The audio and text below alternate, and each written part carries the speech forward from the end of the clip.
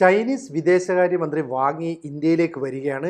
ഇന്ത്യയിലേക്ക് വരുന്നു എന്ന് പറയുന്നത് തന്നെ നിർണായകമായ ഒരു നീക്കമാണെന്നാണ് ലോകരാജ്യങ്ങൾ വിലയിരുത്തുന്നത്. അതായത് ഷാങ്ഹായ് കോഓപ്പറേഷൻ ഓർഗനൈസേഷൻ സംഘടിപ്പിക്കുന്ന ഉച്ചകോടി ചൈനയിലെ ടിയാൻജൻ സിറ്റിയിൽ നടക്കുന്നു. അപ്പോൾ കമ്മ്യൂണിസ്റ്റ് രാജ്യമായ ടിയാൻജൻ സിറ്റിയിൽ നടക്കുന്ന ഷാങ്ഹായ് കോഓപ്പറേഷൻ ഓർഗനൈസേഷൻ്റെ ഉച്ചകോടിയിൽ പങ്കെടുക്കാൻ ഇന്ത്യൻ പ്രധാനമന്ത്രി നരേന്ദ്രമോദിയെ ഔദ്യോഗികമായി ക്ഷണിക്കുക എന്ന ലക്ഷ്യത്തോടെയാണ് വാങ് യിയുടെ വരവ്. പക്ഷേ പറയുന്നത് എന്താ, ഇരു രാജ്യങ്ങളും തമ്മിൽ അതിർത്തിയിൽ ഉണ്ടാകുന്ന പ്രശ്നങ്ങളിൽ ഒരു ശാശ്വത പരിഹാരം വേണം.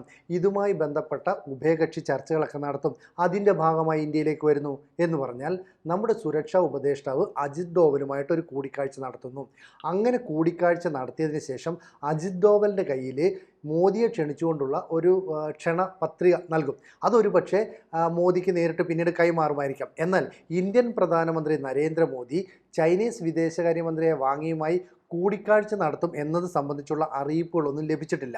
പക്ഷേ ജിയോ പൊളിറ്റിക്സിൽ ഇന്നലത്തെ ശത്രുക്കൾ ഇന്നത്തെ മിത്രവും ഇന്നത്തെ മിത്രം നാളത്തെ ശത്രുക്കളുമൊക്കെയായി മാറുമെന്നുള്ളത് കൊണ്ട് തന്നെ ഇന്ത്യൻ പ്രധാനമന്ത്രി പ്രോട്ടോകോൾ ലംഘിച്ച് ഒരുപക്ഷെ ഈ ചൈനീസ് വിദേശകാര്യമന്ത്രിയെ കണ്ടാലോ, ഇതാണ് ലോകരാജ്യങ്ങൾ ഉറ്റുനോക്കുന്നത്. കൂടുതൽ വാർത്തകളും വിശേഷങ്ങളും നിങ്ങളിലേക്ക് എത്താൻ ABC മലയാളം സബ്സ്ക്രൈബ് ചെയ്യുക, ബെൽ ബട്ടണും അമർത്തുക.